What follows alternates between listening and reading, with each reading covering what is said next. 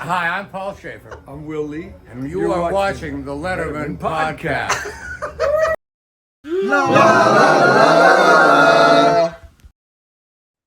Welcome once again to the Letterman podcast. My name is Mike Chisholm. This week we have John McDermott coming back. He's a friend of the show, host of the Daily Comedy News and other podcasts on his podcast network. He's got a boutique podcast network, and I very much appreciate John and what he's doing, from a business sense. I mean, he was a Sirius XM and in radio for so long, entrenched in the world of comedy.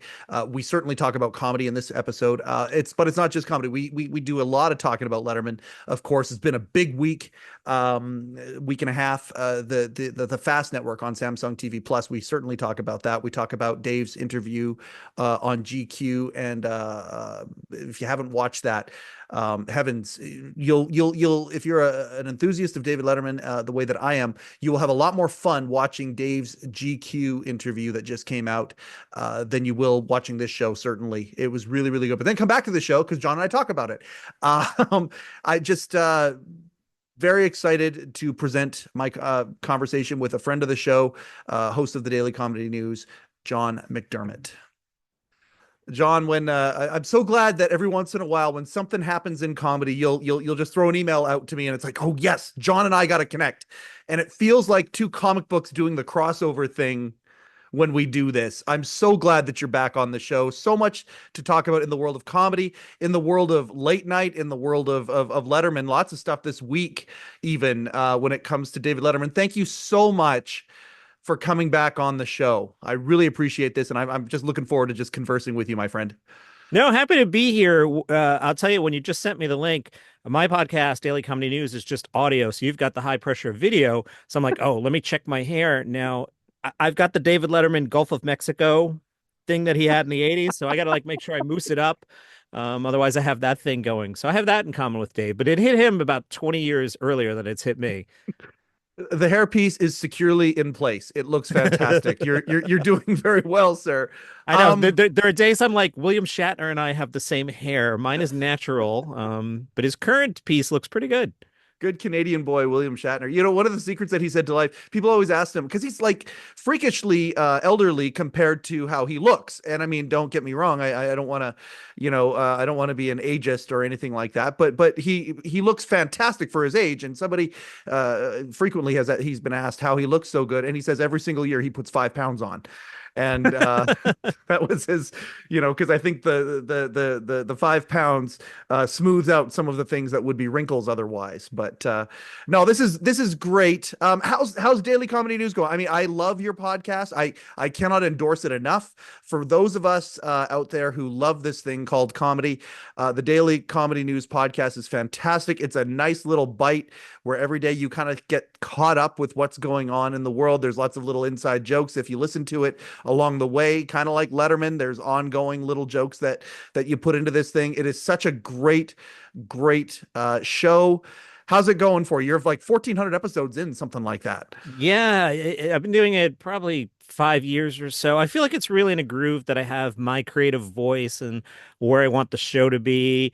The show kind of comes out to the same length every day without me checking the clock. It's got a rhythm. In the A block, I do people you've heard of, Chris Rock, and then take a break, and then the back end do a little more esoteric stuff. Like I said, there's in jokes. We have a joke that's a year old now about Joe Coy, which might get retired. Swift joke. Yeah, the Taylor Swift joke. So just to catch everybody up, if you saw the Golden Globes last year, Joe Coy made a joke about Taylor Swift, and I've just turned it into a recurring gag. Well, I'll set it up, and the audience knows it's coming, and I'll be like, I don't know if you remember this. One time, Joe Coy made this joke about Taylor Swift. Hey, let's listen to it. And some audience members are like, will you stop? And other people are in on the joke. I actually have the joke shaved down to it's 4 seconds, but the 4 seconds sounds like an eternity because I've played it 90 times out of the last 365, but it's a good recurring bit. I like that kind of stuff. It's silly.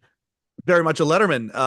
From the beginning, he always had these sort of things, and even up to the very end. I saw somebody commenting on one of Dave's most recent. It was either the YouTube. I think it was on the YouTube, And he was talking about Letterman and drummers. And I mean, when you watch the end of Late Show, the run of the Late Show the last few years, every other musical performance, as he would come out and thank the band after they were done, he would look at the drummer and say, "Hey, are these your drums?" And it was just this thing that just kept going on and on and on. And people who I get people who ask me, "Hey, what's up with the drum thing that Letterman?" And it's kind of like that. And there's so much of his humor that has permeated everything that gets done right now. A lot of people have talked about the idea that, oh, it's going to be lost. It won't be credited back to Letterman. Well, maybe not so fast. See what I did there? See what I did there with the not so see fast? What you did. I almost missed it. I'm glad you said, did you see what I did there? That's, by the way, should be stricken from the record completely. Did you see what I did there is one of those phrases that I think has been used enough that probably needs to be stricken from the English language. Letterman launched a fast channel this week, and I thought that was really exciting news for me. I don't know. What did you have you covered that on the show already? I don't think I heard it there yet. It depends when we air this. Yes. As we record this, no. But by the time people hear this, probably yes. I love time travel. So like, just explain that production wise, I tend to record the weekends in advance, and I think this story appears on a Sunday episode. Gotcha. Because like, look, I deal the audience straight. Like, I don't do this 7 days a week. I do it 4 days a week, and it's pretty predictable. And there are predictable events in comedy, like Netflix specials come out every Tuesday, or when is New Year's Eve this year? So you can pre-tape some of these, and as a creator, if something, I don't want to jinx anybody, but if somebody of note passes away, I run down to the basement and I put out a bonus episode. Mm-hmm. And it's appreciated how you do it. I love it. And it's predictably unpredictable when it comes to that, because it does stay spontaneous with the time. It's just like Letterman's YouTube channel. You can expect a clip every day. Sometimes those clips will be timed perfectly. Like, for example, when Wicked opened, here's the clip from when the cast of Wicked showed up and did a number at the Ed Sullivan Theater. And then, sometimes it's just something that's funny from the show. And sometimes it is, an extra clip comes out when somebody has passed away. And it's interesting how the folks who run Letterman's digital wing of Worldwide Pants, I mean, really, at the end of the day, part of their job, Walter and his team, is obituaries. And you kind of have that mantle as well, where the guard is changing. I think we talked about this last time with Newhart. I know we did off camera anyway. When some of these people are passing away, it's kind of up to you to comment on it based on the brand that you're building. We're talking about the changing of the guard, and this teased me up perfectly because I did want to talk about Jay Leno. So when Jay had his eye patch incident, I teach a college class, and I was asking the students and just talking about Jay Leno, and one of my favorite students, he sits in the front row, he asks, "Who's Jay Leno?" And I looked at him and I said, "You just murdered me." Like, absolutely. And I stopped and I'm like, how do I explain who Jay Leno is?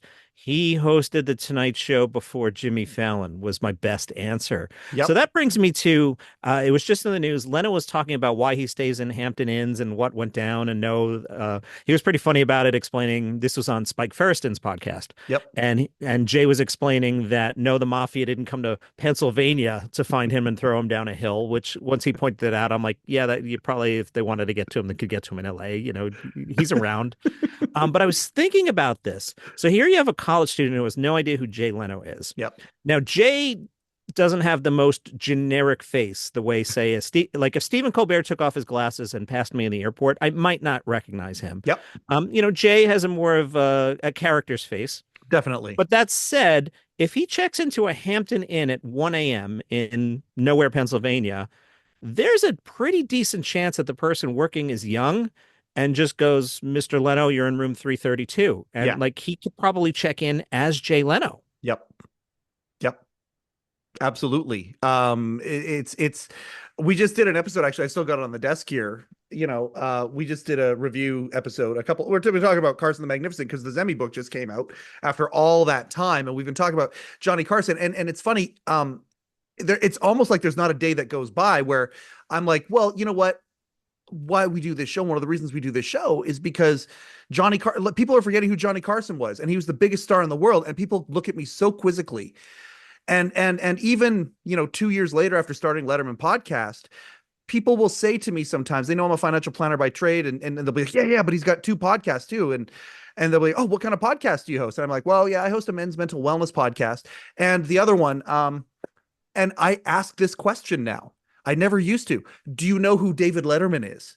Wow. Yeah. And to me, that is absolutely baffling that I have to ask that question. And even more baffling are the answers I get back, because it happened to me yesterday. That's,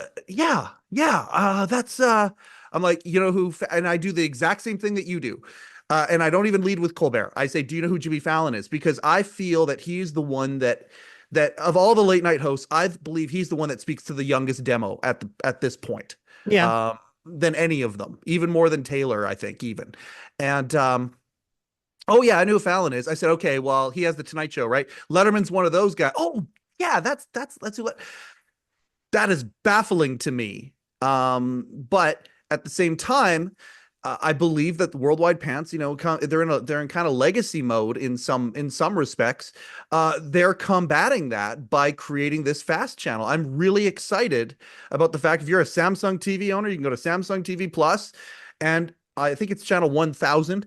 Yep, is all Letterman all the time. It seems to be curated. I'm trying to get some answers to see exactly, what the hunks are going to look like, when the hunks are going to change. It seems like most of the stuff on there right now is holiday stuff. And I don't know how that's going to go, but it's very cool that we have an opportunity, probably for the first time, because Cavett and Carson and Merv Griffin, which has been focused on Merv Griffin the last couple of weeks here, a lot of their catalogs are inaccessible or completely erased. They're gone. Here we have Letterman, who owns all of his own stuff, and they're going to put it out there. It's going to be very interesting to see how much of this new generation, who is a throwback generation, attach themselves and rediscover Dave's comedy. Yeah, I put it on during halftime of Thursday Night Football, and they were doing chunks of either pet tricks or human tricks. Yep. And they seem to be programmed in, I don't know, half-hour blocks of compilations of that. Yep. And I have a Samsung TV. I rarely use the fast channels, and I'm sure I will now more, both because my provider just raised their hiked their prices, yep, and and a Letterman channel. But as I was looking at it, same thing I talked about last time I was on. Some of the clips were 1984 my Dave, and some were older Late Show Dave, and some spoke to me and some didn't. It's interesting. How do you curate that 30-year career, and are things like Netflix part of it? Yeah. And there's the late night sensibility, and the other than the first year and a half, the Late Show grown up mature Dave sensibility. Yep. And they don't always mix too well. No. Well, and it's funny, let's throw Don Giller's channel into this as a because he, in my opinion, has a very unique voice in how he decided to take his massive collection and kind of assemble it and give it to us. And the idea, like, again, I went through Merv Griffin's compilation not too long ago, because I was boning up for the episode where we focused on him. And you look at Don Giller and how he would take chunks of one particular topic or guest and then go from the entire run, some of which being, like Merv, for example, the David Letterman show, the morning show was Merv's first appearance, all the way up to Merv's last appearance on Late Show, shortly, fairly close to his passing. And you got to see, if you watch the whole thing, you get to see the evolution of things. And that is to me, that's a beautiful progression, and there's links there. But yeah, you're right. It's jarring when you see one clip from 84, something esoteric versus something that is created more for the masses, more pop music for the masses. And Late Show certainly didn't go as far as Leno did when it came to that, but he really did change the sensibility. It's going to be interesting mixing it that way. I'm excited for the channel. I'm sure you recall, it used to be a cable channel called Trio. Yeah. And Trio at some point, was this the 90s, early aughts, dusted off the late night shows, and I think they were running them at 10 p.m. Eastern.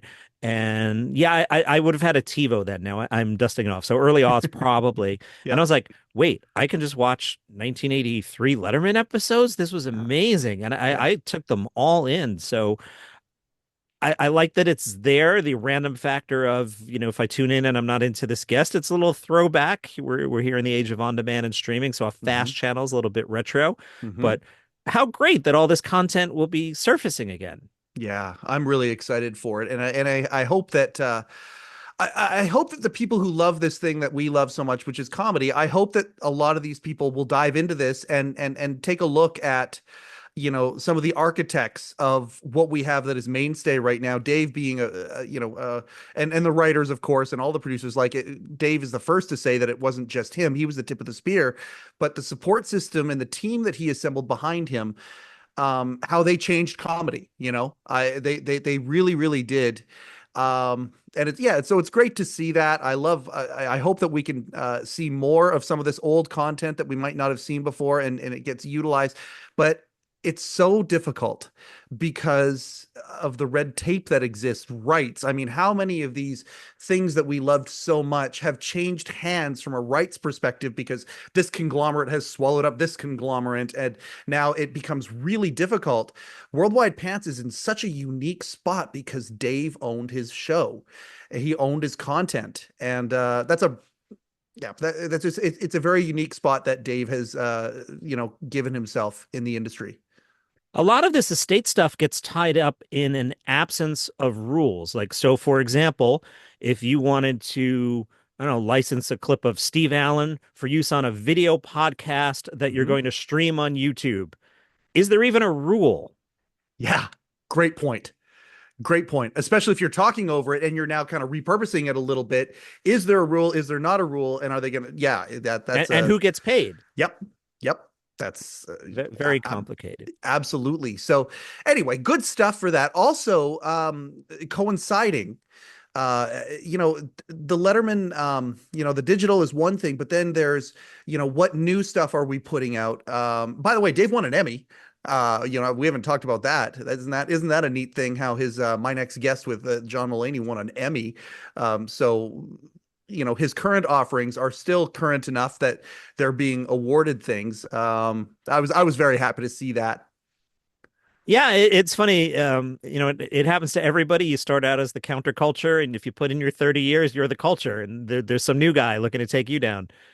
Yeah, it was neat to see that, and it's interesting because My Next Guest on Netflix, and I wonder about the strategic value. I had a conversation with Morty not too long ago, and we were talking about the strategic value of, okay, we're going to put out a season, which is going to have a few different episodes in it, but then we'll put out a special one that is outside of the season, and it's titled differently even. And the Mulaney episode was specifically titled different. It wasn't in with the season with Miley, and the other one, which it's escaping me right now, but it was its own, like it was a special My Next Guest with David, because John Mulaney's name was actually in the title of it as well.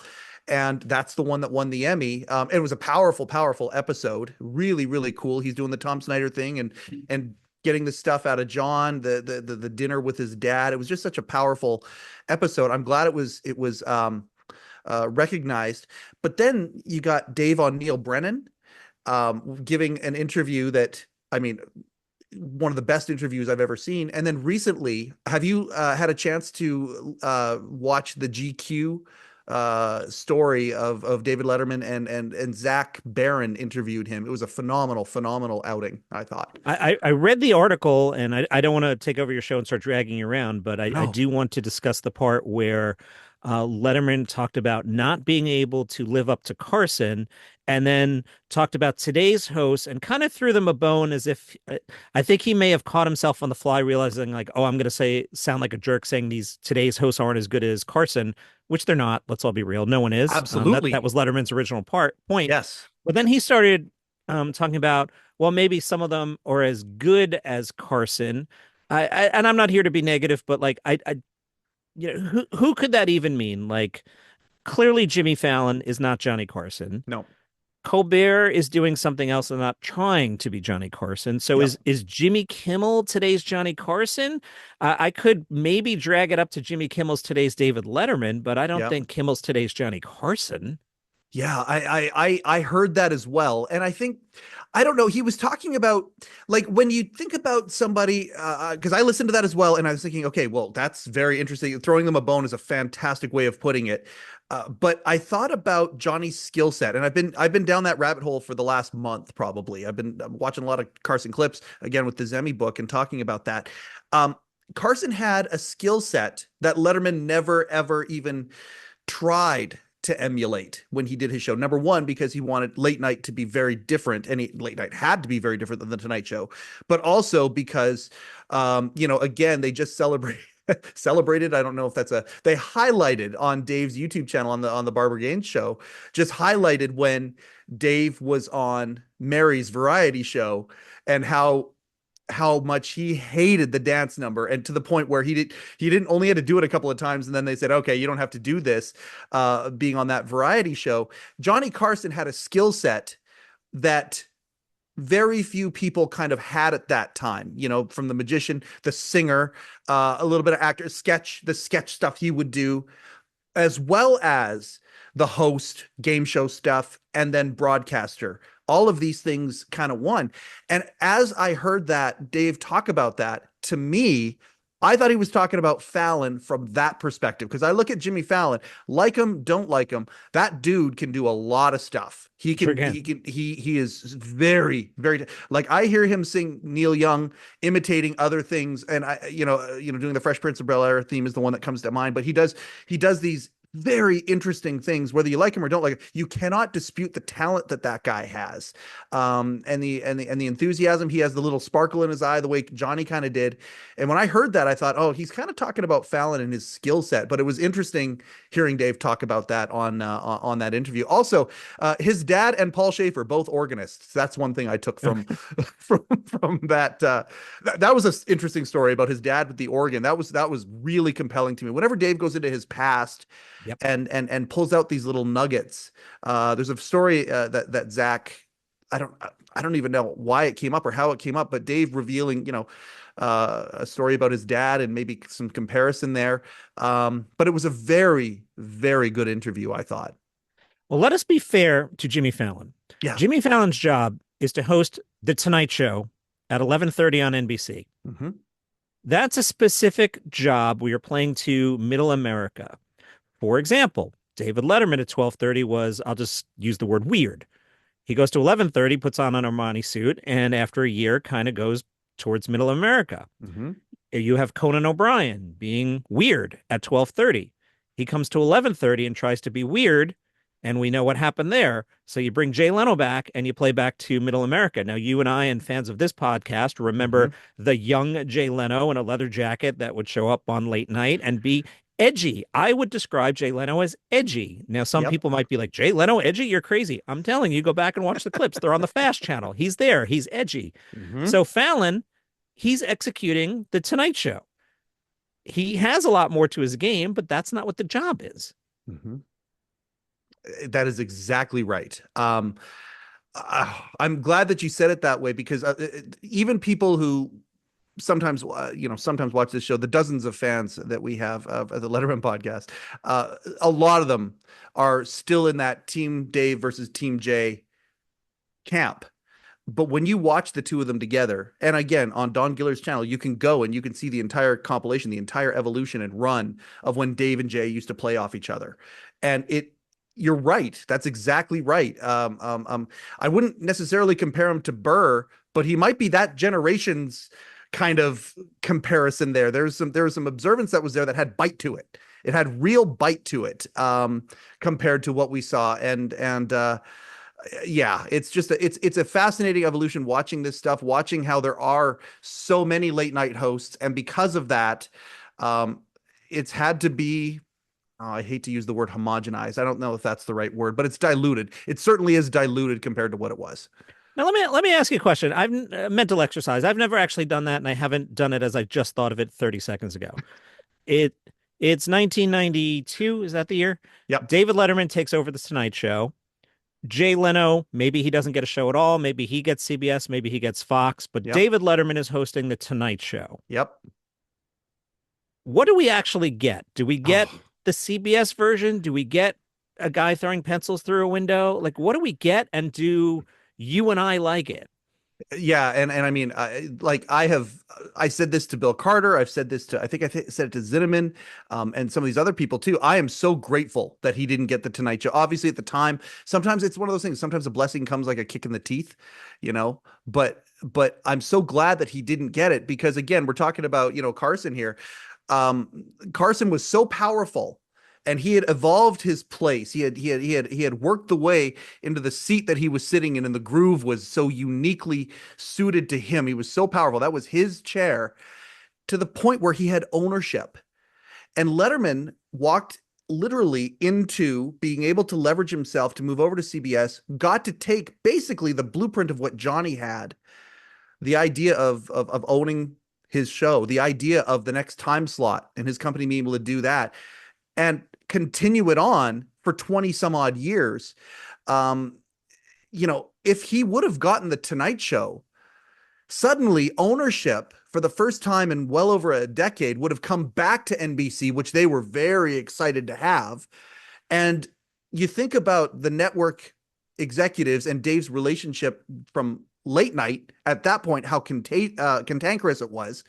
Imagine what would have happened if he would have then moved into the big chair with all these networks now trying to poke and prod. Oh, hold on. I'm just going to do a quick, the power cord fell out. I'm just going to put my power cord back in. 1 second. I'll be right back.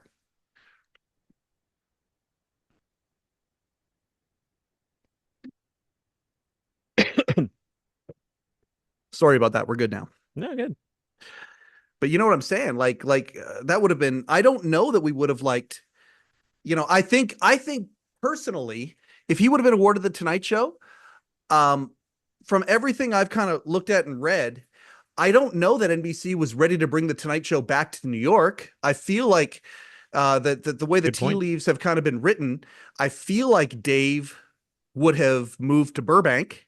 I feel like that's what what would have had to happen.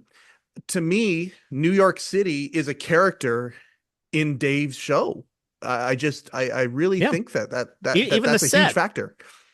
The Late Show set is son of the late night set. And if you're in Burbank, you probably wind up with something that looks more like, maybe not the purple Jay Leno set, but something more like that. Certainly lots of plants. Yeah. But all that stuff plays into it. I'll just repeat myself, a guy in sneakers versus a guy in an Armani suit, a guy sitting in front of a bridge silhouette versus a guy sitting on a set with a bunch of plants. These ththings do matter. Yeah, they really, really do. And tone is everything. And Dave, is interesting in that GQ interview too.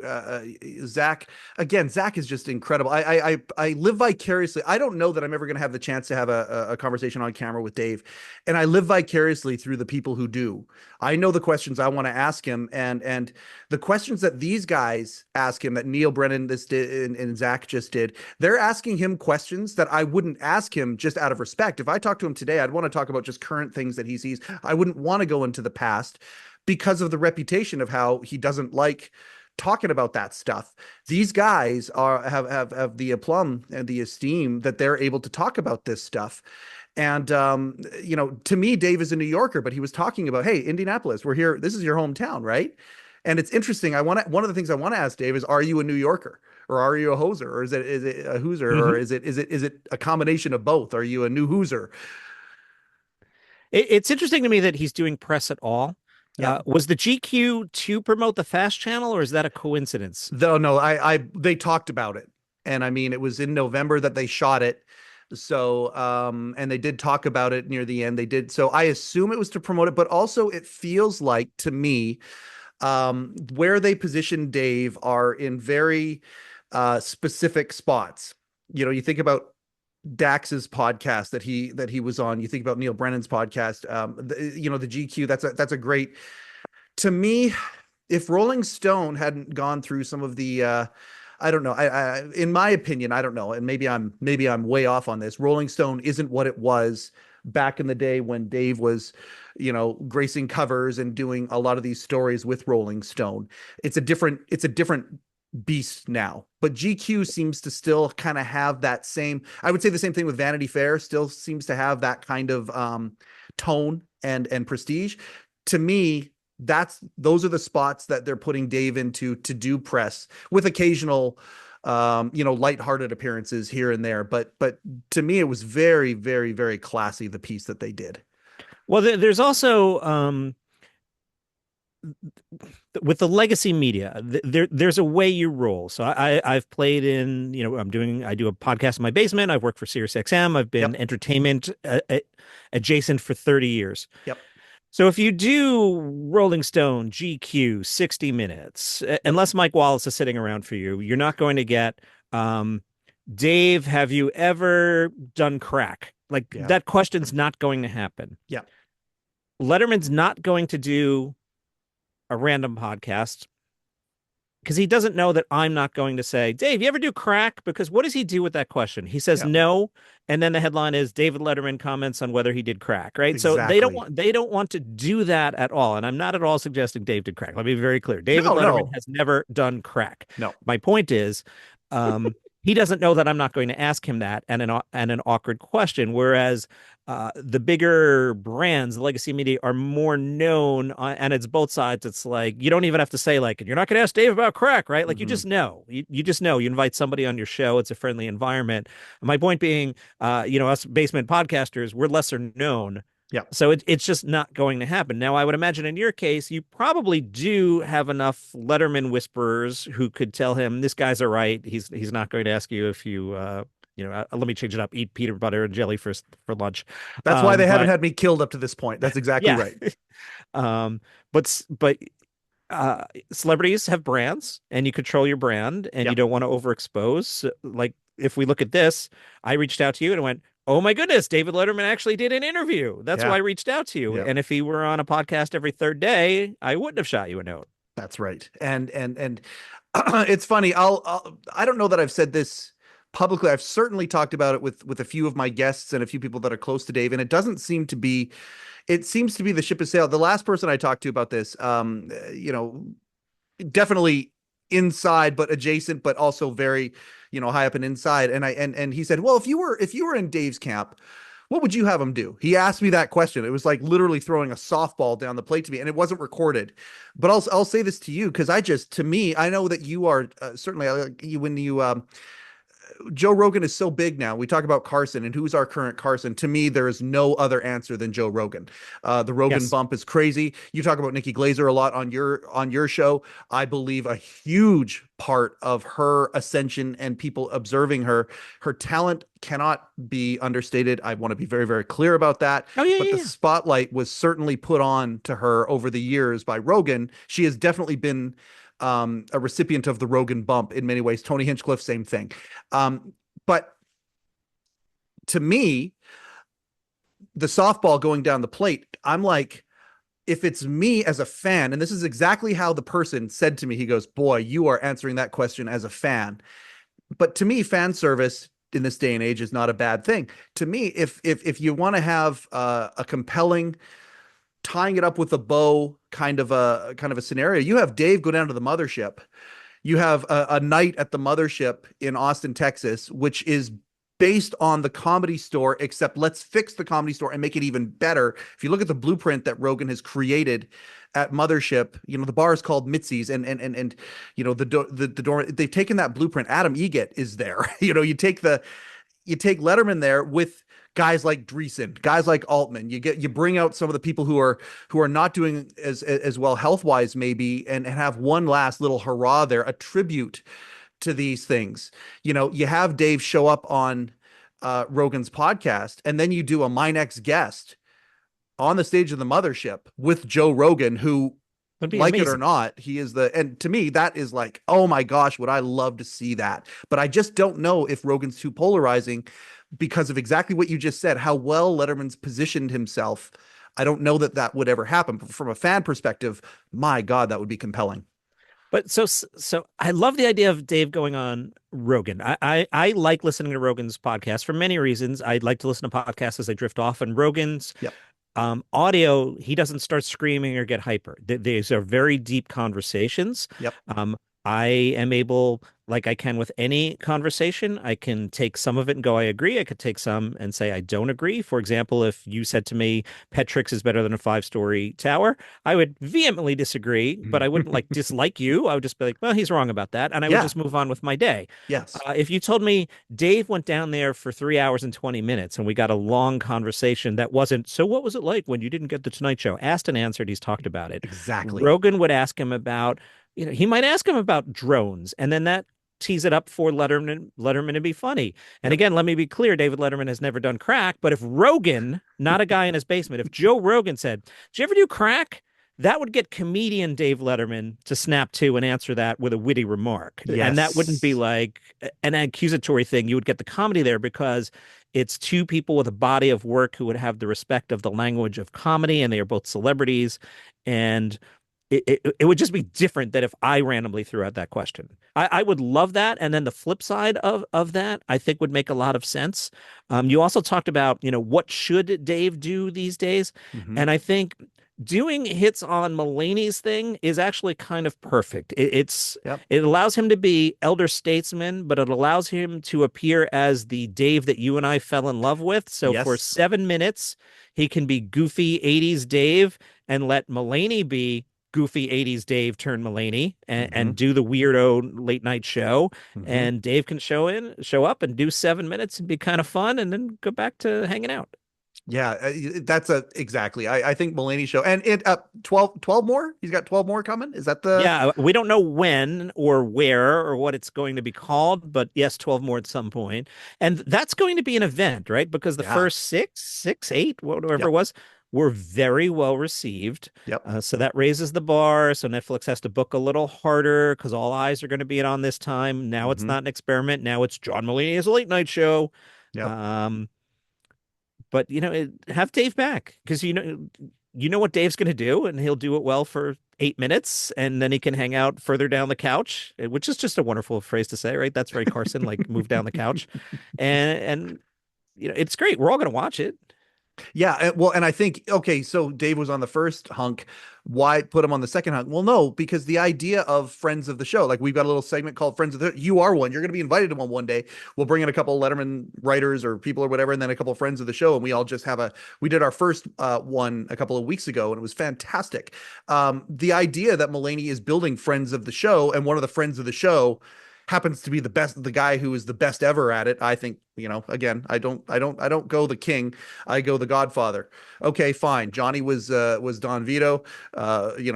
Dave is Michael. But to have these friends of the show come back on and have some fun again, that's old Carson, like you just said, like when Frank and Dean would come on and they would do this, or Rickles would come on. That, I believe, is something that John would certainly want to add as an ingredient to what he's doing, in my mind, anyway. Yeah, you're handing in an entertainment show. So whether it's me booking you, you booking me, we kind of know what each other is going to do. We didn't prep at all for this. You just said, do you want to come on? I said, yeah. We didn't talk at all. I didn't ask you what we're going to talk about. Obviously, David Letterman is the subject on your podcast. Yeah. I knew it would be all over the place, like I'm dragging you all over the place. Good. But, thank you. Please do. You kind of know what I'm going to do. I kind of know what you're going to do if we go in the other direction. So if you book David Letterman, you kind of know what he's going to do. Yep. If I ever had John Mulaney on my podcast, I'd ask him a question like, what are you up to? And then shut up while he told a 6-minute story, because I know Mulaney tells 6-minute stories, and you don't step on them and ruin the flow. You let him get to the punchline, and that's back to, and I teach this at my podcasting companies. I teach this to hosts, and it's called Johnny Carson theory. And when you have a good guest, shut up and let them tell their story. Yeah, that's sometimes a blessing comes like a kick in the teeth. That is something that I'm constantly trying to get better at. I love conversing and I have this puppy dog enthusiasm so much, and I love going back and forth with things.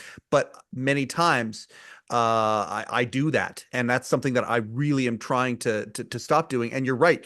Carson was so perfect at letting somebody go on about something and then would come back with that razor sharp response that would take, it was like a bow. It was like that person was assembling a present for them and Johnny just put the bow on it and made the present look so much better. He was so good at making his guests shine. Whether they Yes. were, at the pinnacle of entertainment, like a Frank Sinatra, or the gal from Nebraska, wherever it was, Nebraska or the Midwest, who had the potato chip collection. He was just so good at building these little moments with very, very little, and listening being one of the paramount skills. And then we see in the GQ article where they brought up the abrasive David Letterman from the 80s, where his rep was not a good interviewer, not a safe harbor. You might go on there to promote your movie and get attacked by this cantankerous host who doesn't want to do guests and just wants to throw stuff off of a five-story tower. He did evolve into a really good interviewer, but the early Dave almost had no time for celebrities and would rather have the wacky guest that showed up at 1:15. Yeah. And he was nervous. It was, you watch some of the morning show clips and he's nervous. And it's like, I love watching his interactions with Tom Snyder. I really, really got into that. Earlier in the year, we had Tom's daughter on. And so I went down that rabbit hole big time. And I've been down it many times before.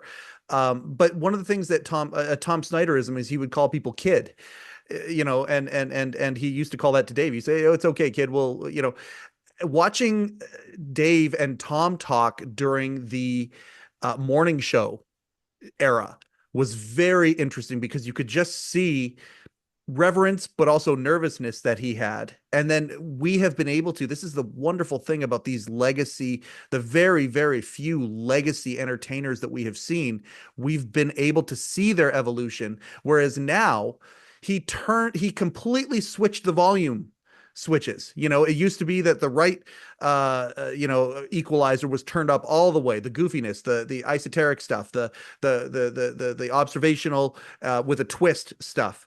And now it's still there, but it's turned down. And the interview was down. But now the interview, what's Dave doing now? He's doing the Tom Snyder thing. He's doing the long form and making someone like me, who's 48 at the time it's recording, give a damn about Billie Eilish. And I do. And my gateway, I really I get it. I'm a music guy. I'm a huge music guy. And about, I don't know, a year and a half ago, I was listening to one of Billie's songs. It just come on. And instead of it just being in the background, I actually, I get it. I'm a fan. I'm a huge fan of Billie Eilish now, the way I was with some of the bands that I loved growing up. And the gateway to that was Dave introducing me to her. And it's interesting watching that happen. And I'm so grateful he's still doing it. I'm so grateful he views retirement completely different. I loved when Zach talked to him about that. Al Franken, right before Dave retired, he came on for his last, Senator Franken came on and said, before you go off and become an eccentric recluse. And I think we all thought that was going to happen. And he's 100%. Done anything but that. And the beard kind of screamed eccentric recluse. Talking about Tom Snyder, there's a guy that if we had an alternate timeline with technology, the headline in 1982 would be Tom Snyder starting a podcast, and he would have been really good at it, right? Let him talk to somebody for 320.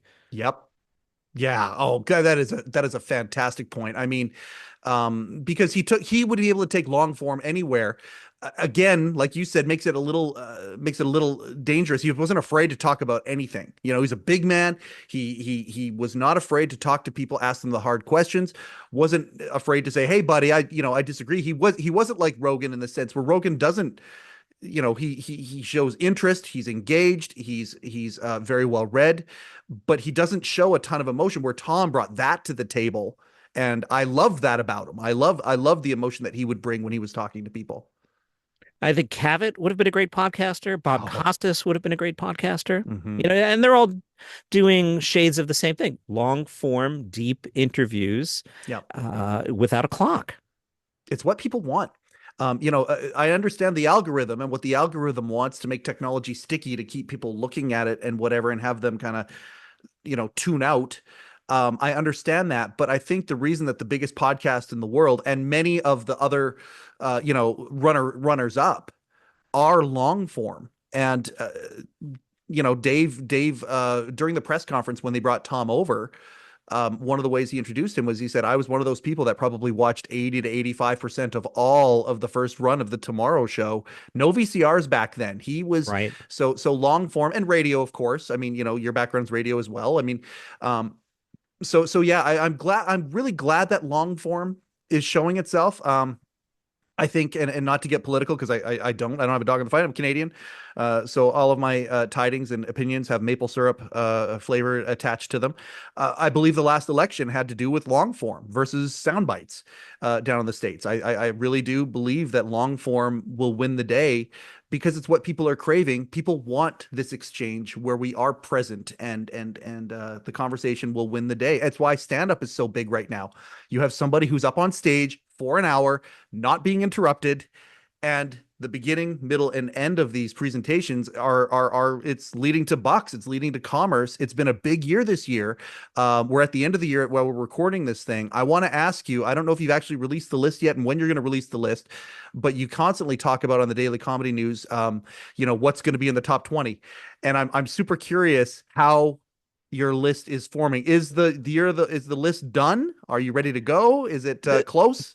The list starts on, so this is the list of top comedy specials of the year. It starts on January 1st. I open up a new note, and as I watch comedy specials, I rank them. So I was joking, somebody's got one coming out like January 8th, and I'm like, well, that's going to be the number one special of the year at that point. Yep. And then the next one is either higher or lower, and I rank the specials. And I'm going to record it after Ronnie Chang comes out, because Jason Zinnemann from the New York Times, he has that as the number one special of the year.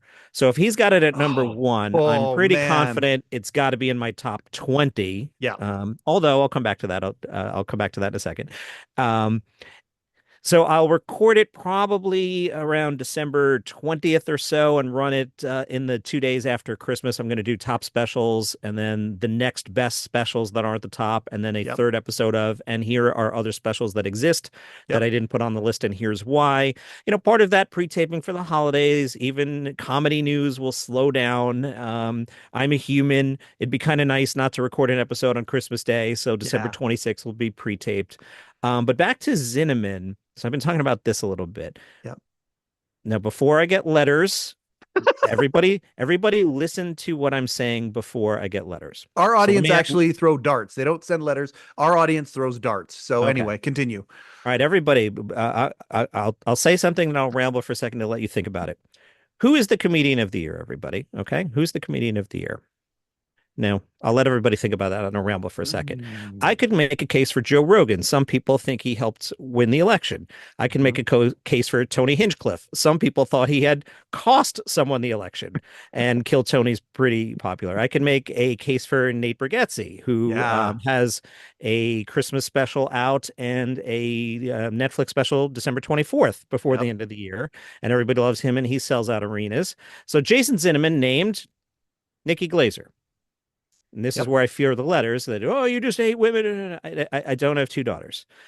Nikki killed at the roast, but I don't think her HBO special, the critics seem to like it, but I don't see that it had a big impact. I didn't see buzz on it. Even the week after her special came out, people were talking about her on the roast, and she had probably the set of the year at the roast.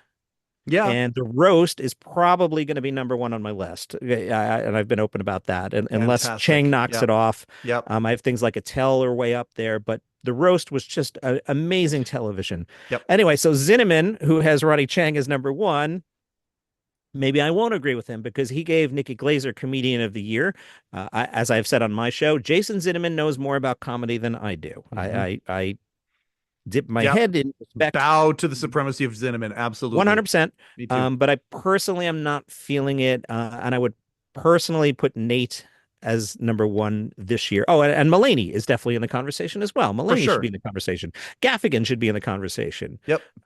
Anyway, that was 3 minutes of me saying that I may not agree with Ronnie Chang. Yeah, this is why you are a friend of the show. This is I love hearing your opinion on this stuff and being able to, like, the one thing about Bargatze, like, okay, so when you say the comedian of the year, it's such a subjective it's a subjective topic anyway, because if you're Right. picking Glazer, you're picking Hinchcliffe, you've got people who have polarized. They've done what some of the comedians in the past that would have been called controversial. In the 80s and 90s, there are controversial comedians that kind of came along. Was Sam Kinison at the zenith of his career, was he the comedian of the year? Well, if he was, and he very well may have been at the height of when Kinison was doing what he was doing, he was dividing a lot of people. He was not the family comedian. He was not the person that the whole family would sit around and watch or listen to a record of. And Tony and Nikki would certainly be in that category. Whereas you got a guy like Nate, who is literally for the whole family, but can kill just as hard. It's like Norm Macdonald going on Comedians in Cars Getting Coffee, actually saying to Jerry, you know what? Being clean is the harder discipline. Sure. Now, I love Jerry, always have. Norm Macdonald has such a special place in my heart. Do I let my 6-year-old granddaughter watch Norm? No, not unless he's on Letterman. Then maybe. So I like Nate. I can see why you would say Nate. Oh my gosh. I think the worldwide appeal that he has. I watched him that week when the roast happened. I was in LA and I saw David Letterman interview Nate Bargatze at the Ricardo Montalban Theater, which was laced with rich Corinthian leather, by the way. And Nate is he's one of these guys who you can tell is so dedicated to his craft, partially because of the things he could say but doesn't say, because he wants to stay in that lane. He's an extremely talented, and the heart that he has, I can totally see why you'd say Nate. That's a great answer. For me, it's probably Neil Brennan. Neil Brennan's special this year, I absolutely loved that special, and I love what Neil is doing. He's probably my personal favorite, but when you're gonna go and say, okay, well, who's the comedian of the year? Nate Bargatze, I think, is a phenomenal answer. That's yeah. And like you say, this is all subjective. Like I'm not looking to arm wrestle Jason Zinnemann or you. No, you're wrong. Neil Brennan's not the comedian of the year. It's all subjective. Whatever you found funny, whatever somebody found funny, it's all good. It's just a list. I'm just pre-taping an episode because I don't want to work Christmas Day. That's all this is. I love that you have the roast as number one, because would people necessarily gravitate to that towards a comedy special? And here it is, something that that gives Michael Che and Colin Jost a shot at the title with the show that they're doing, highlighting other comedians, which I love, that the throwback kind of a deal where they're showcasing, kind of like Rodney used to do back in the day. It's a good, but one thing that I think that all of us will probably agree with, it is a very, very good time to be a fan of comedy. Oh yeah, distribution, ability to see people, that we have all these Netflix specials. Now Hulu's jumped in, you have the HBO specials.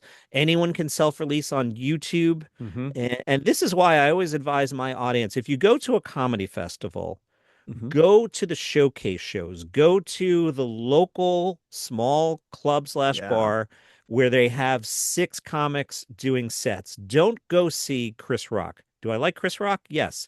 I at the Las Vegas Comedy Festival one time, I saw Seinfeld and Rock on back-to-back nights, and Seinfeld is justifiably at the top of his game, and Rock was a very close number 2. Yeah. But if I went to, I don't know, the Toronto Comedy Festival, I'm not going to go see Chris Rock because I know what he can do and I can watch him on Netflix. I'll go see 10 people I've never heard of. I get much more out of that discovering comedy, because the big acts, Nate will come to your house on Christmas Eve. You don't have to go see him anymore.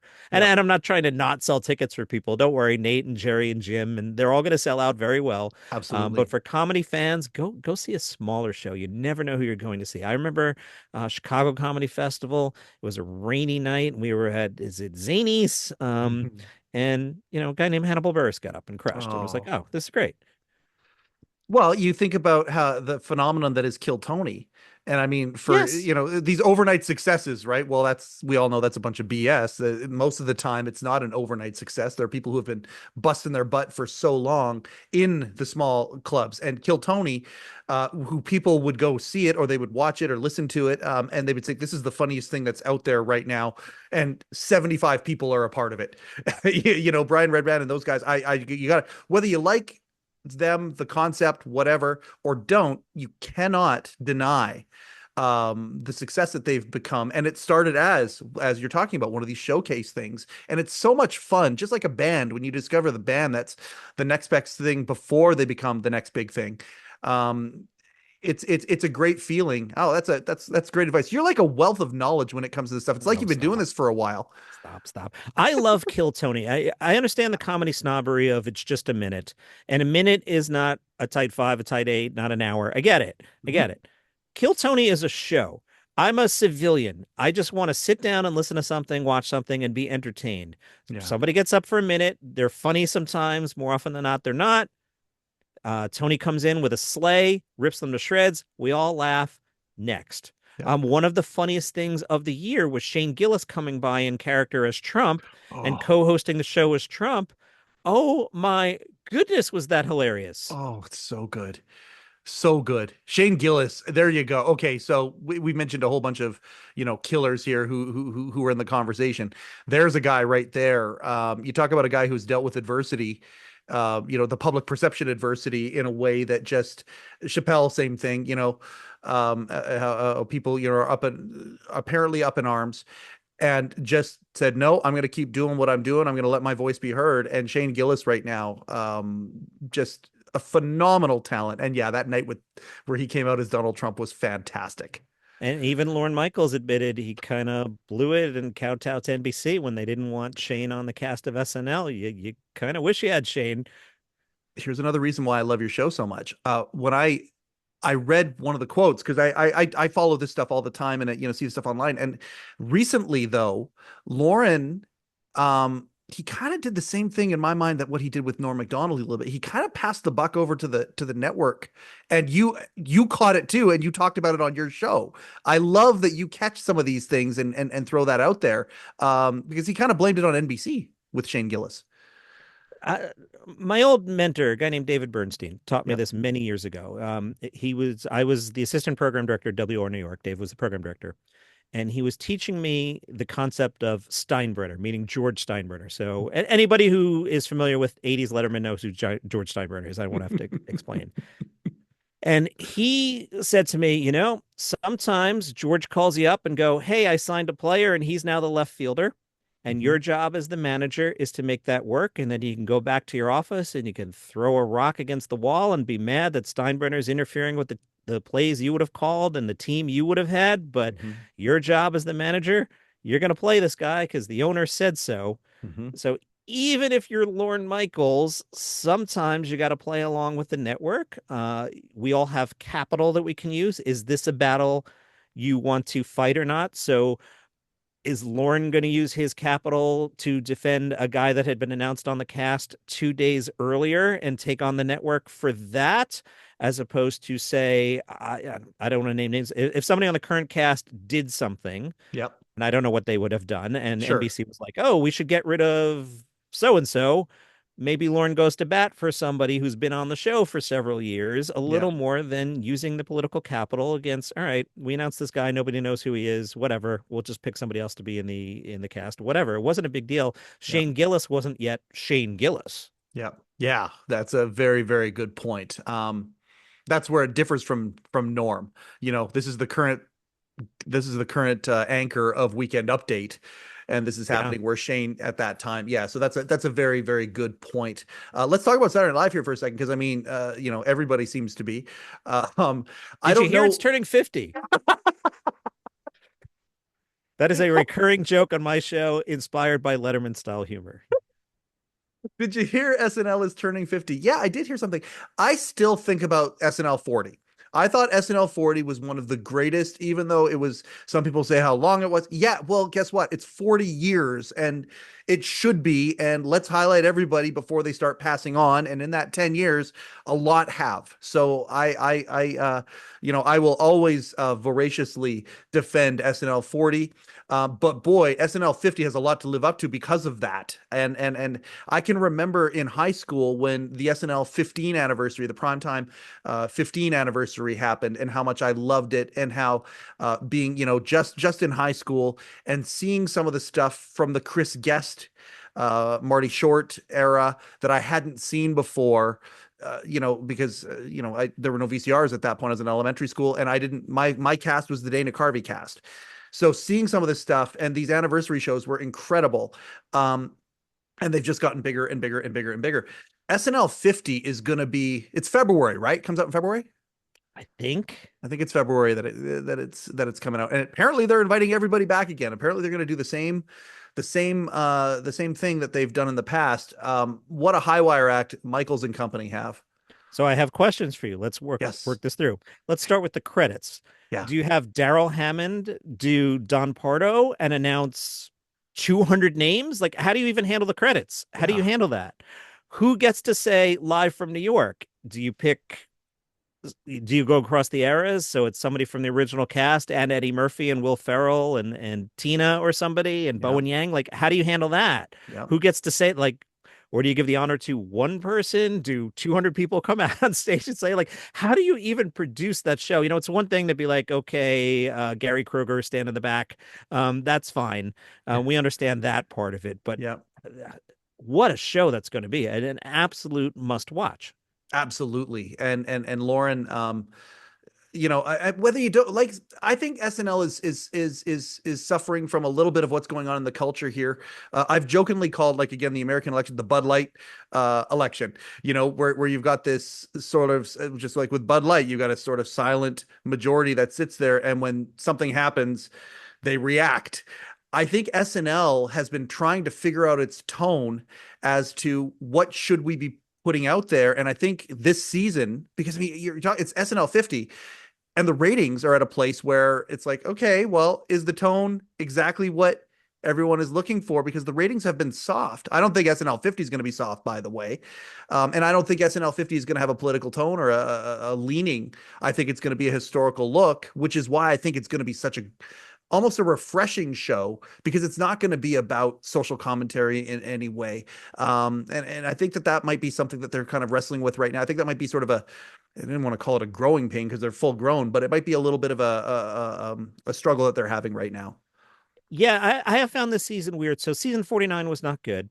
Yep. Season 50 has leaned into this weirdness I'm finding now. Now, again, I'm a podcaster in the basement, and Lorne Michaels is Lorne Michaels. Yes. So again, I bend the knee, Lorne. You clearly know what you're doing, and I don't. Yep. But as a watcher. Yep. As the audience. And I think the audience this is why podcasting has blown up. The audience gets to speak back sometimes. What is the point in season 50 of Dana Carvey opening the show as the church lady? What is the point of that? He wasn't the guest host. It was just, and Dana Carvey's sort of on the cast now. Yep. What is the point of having Jim Gaffigan play Governor Walls? Was Jim Gaffigan good at it? Absolutely. Yeah. But is that such a complicated impression that nobody on the current cast could take that on? Like, I don't understand the creative choices of not using the current cast, because you're not building stars. So a year from now, it's going to be SNL 51.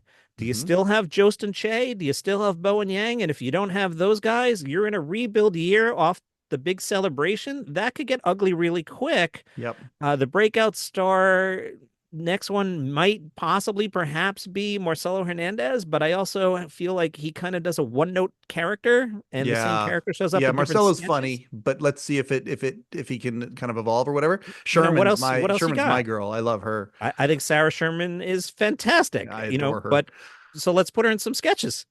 Yeah, exactly. You don't want the last thing you want is to be on that show is the Chris Rock, there for 3 or 4 years or whatever. And I mean, I loved Chris when he was on the show, but then, he goes and does the HBO thing. He does, what was his big special? I was going to say Raw. That's Eddie Murphy. Chris Rock's was Bring the Pain. Was it Bring the Pain? It was Bigger and Blacker. Yeah. I mean, and he leaves SNL and suddenly, oh my God, look at the guy. You don't want to, if you're producing that show, you don't want to have too many of those people. You want those people to pop like Eddie Murphy did while they are actually on the show. Yeah. But yeah, it's a fantastic time to be looking at all this stuff. Gosh, you and I could do this effortlessly, and I love that. What haven't we talked about? What were some other things that we we haven't talked about David Letterman. Isn't this a David Letterman podcast? He was pretty good. I don't know if you ever seen his show. You would like it. I'll check it out. I'll check it out. I said I gotta go get a Samsung TV now.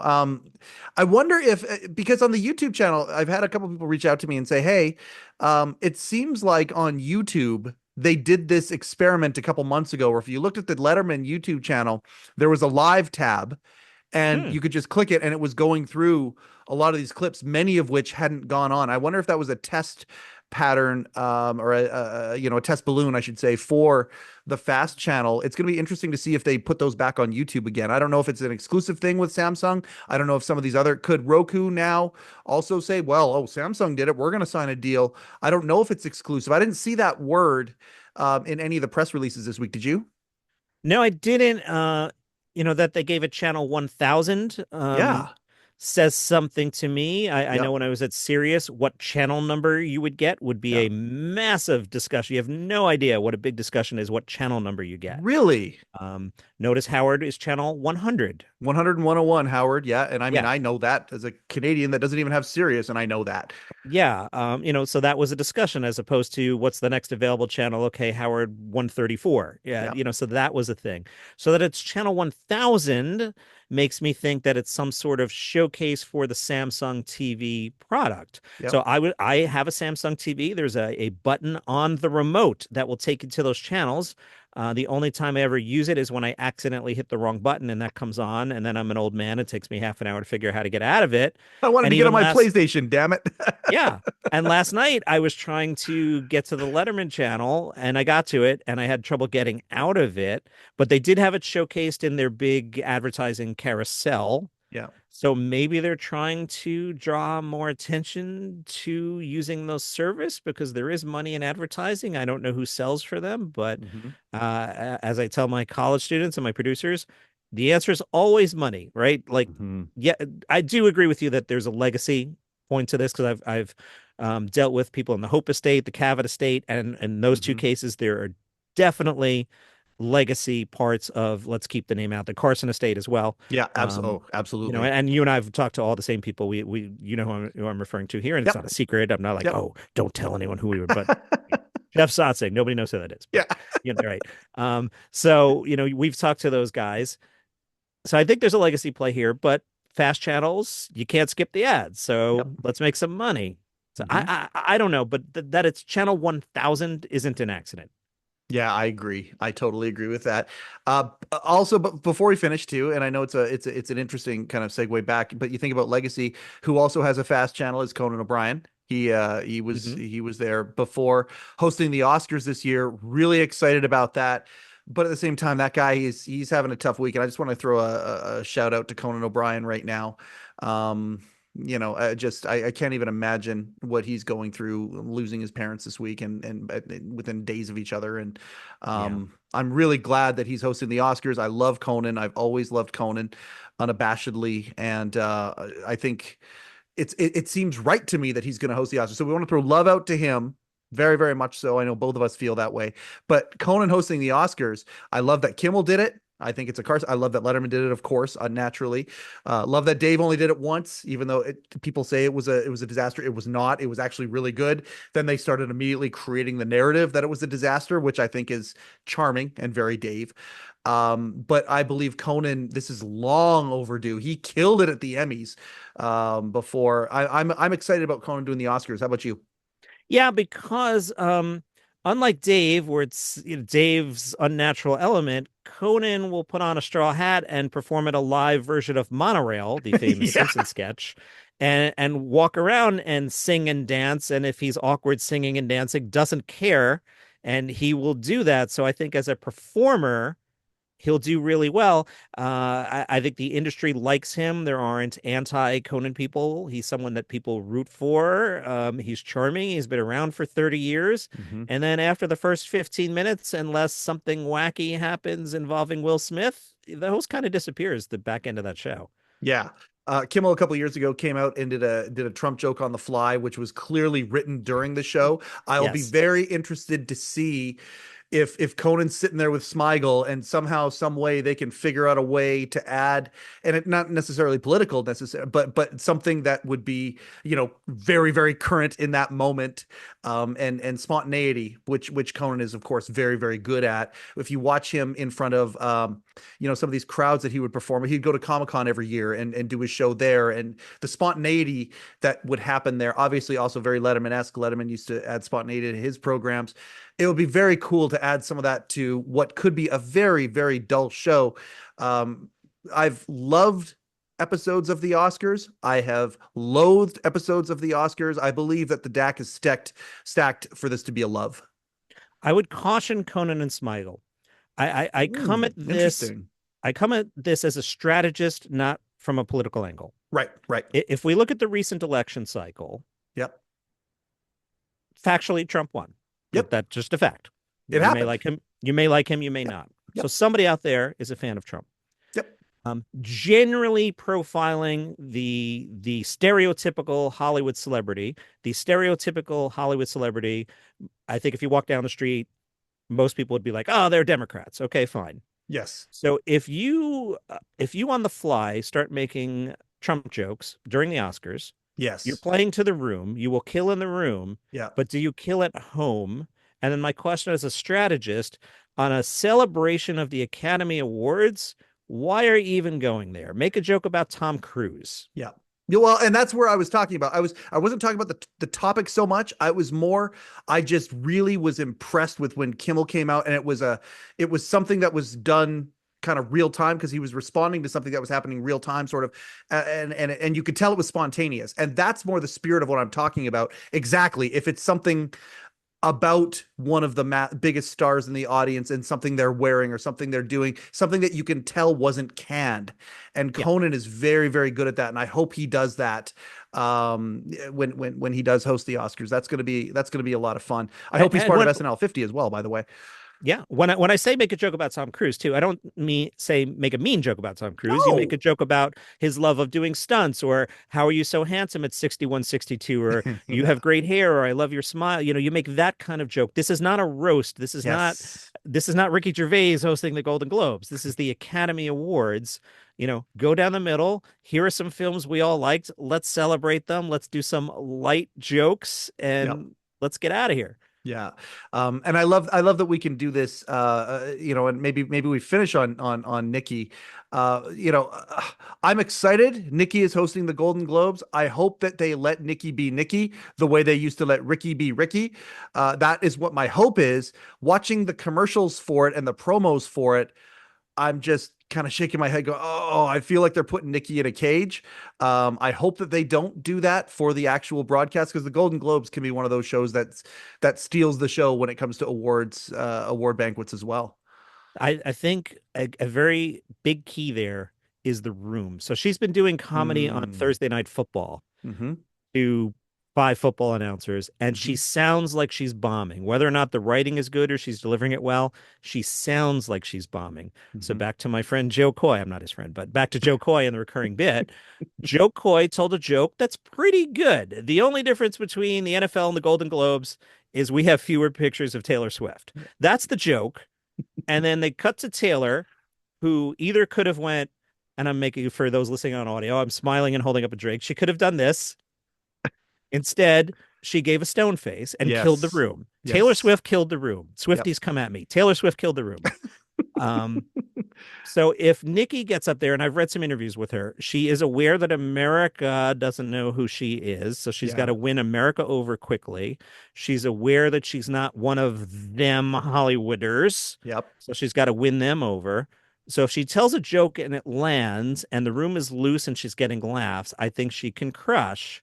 But if she runs into an audience like the Thursday Night Football crowd, it could be a challenge for the same reason it was a challenge for Joe. Yeah. I think she's going to crush. Oh, I love hearing you say that. It gives me the goosebumps. I hope she does. I hope Yeah, she of does. course. I hope it's an elevation moment for her. I Of really, really course. do. Yes. I'm a Nikki Glazer fan. So, when you know her story, again, go back. If you listen to any of the times she's been on some of these shows, Rogan, being one of them, her story is unbelievable. And to see her where she is now, it's a lot of fun. I'm a big fan of that. I'm a big fan of you. I'm really grateful that we've Back made this at you. connection, and I hope that our paths cross more and more and more. I know they're certainly going to.